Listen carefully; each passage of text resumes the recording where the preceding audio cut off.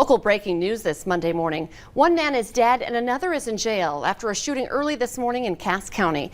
We want to take a live look right now from the scene in Castleton. There you can see still a large police presence, squad car lights still on. That's where the shooting happened, just off of I-94.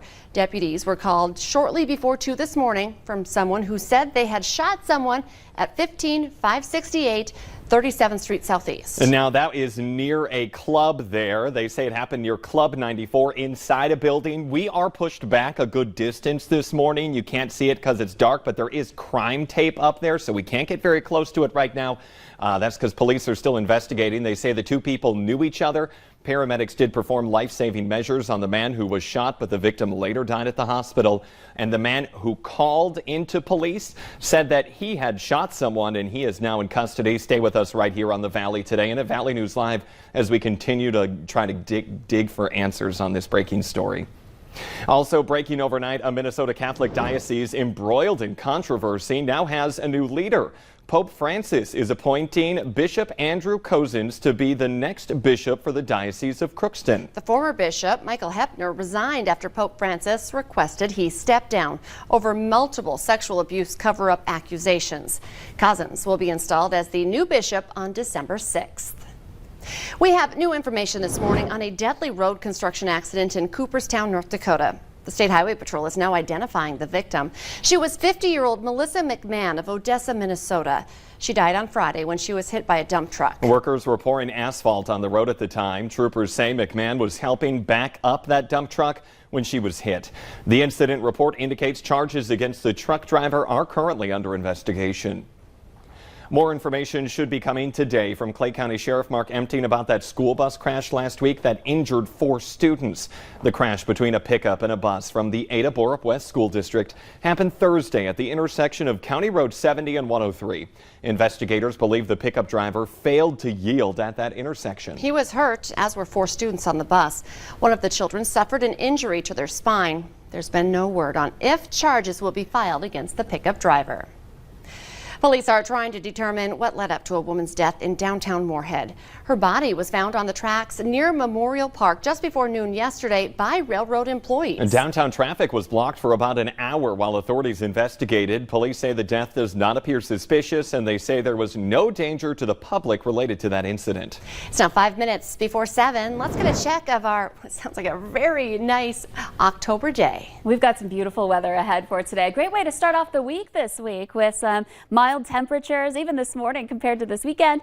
And there will be some wind, but that wind is going to help to warm us up. Here's a look at our flags down at Dakota Magic Casino. You can see they're moving in the wind. That's great to see this morning because that keeps that air moving and keeps us from cooling down as much as we could with clear skies. Fargo's at 50 degrees. Big difference from the freezing mark this weekend that many of us saw.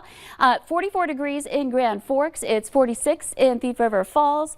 And we're looking at 41 in Bemidji, 50 in Fergus Falls, and 44 in Devils Lake. So a mild start here today as we're kicking off our morning. It's also dry and quiet. We've got a very quiet radar and satellite map here. You can see the entire valley looking to be on the clear side this morning. There are some clouds out to the west in western parts of North Dakota, starting to see a couple of those move in, and gradually they'll move eastward into the valley, but it'll take its time, and we'll spend the day with mostly sunny skies, I think, for a lot of places. Here's a look at our bus stop planner. Expect a sunny start to the day today. Temperatures 40s to about 50.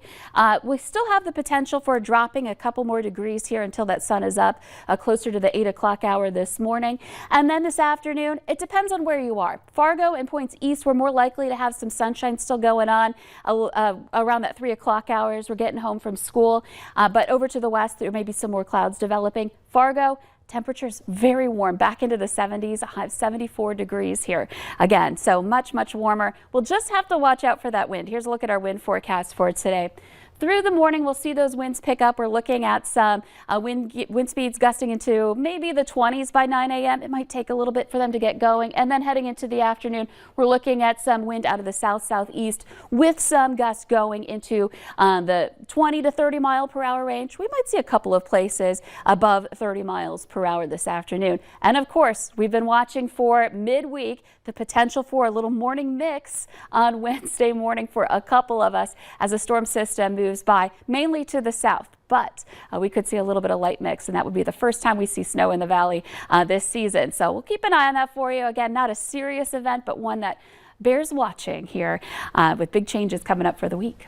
Okay, yeah, lots to track this week. Thank you, Lisa. It is now 6:57. A Polk County woman is being treated for injuries suffered in an ATV crash over the weekend. The sheriff's office says it happened around 11 yesterday morning on the south side of Erskine, Minnesota. The 40-year-old victim was taken to a Crookston hospital, then airlifted to Altru in Grand Forks.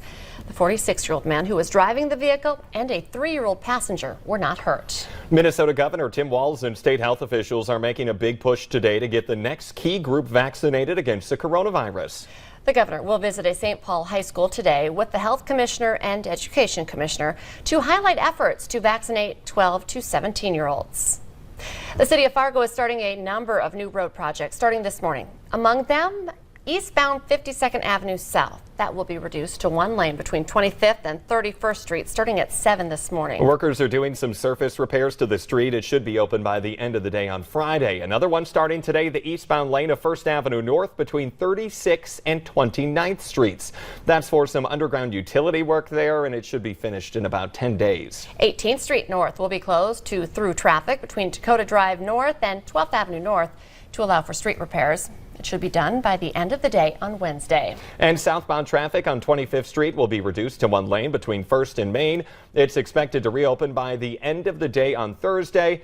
A lot of orange here going on in October. It's so nice you can still get those projects quick done before the snow comes. Yep. And homecoming is just back for the Grand Forks area as students and alumni for the University of North Dakota celebrate all week long. The week-long celebration kicked off yesterday with a 10K run. COVID-19 impacted many areas of life, including college students. So for many, the return to normalcy means a lot.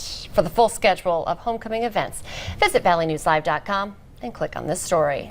Let's get the answer now to our question of the morning on Facebook. That question today is 37% of men over 30 will do this during football season. The answer: gain weight. It's all those chicken wings. And all those, pizza, and the beer. Can't forget, beers. pork chop in a can. And remember, you can play along every single day. Just head to the Valley News Live Facebook page. The Today Show and CBS This Morning are just about to start, but the Valley Today rolls on. More live, up-to-the-minute news and weather for you right now on the Fargo CW. Have a good Monday, everyone.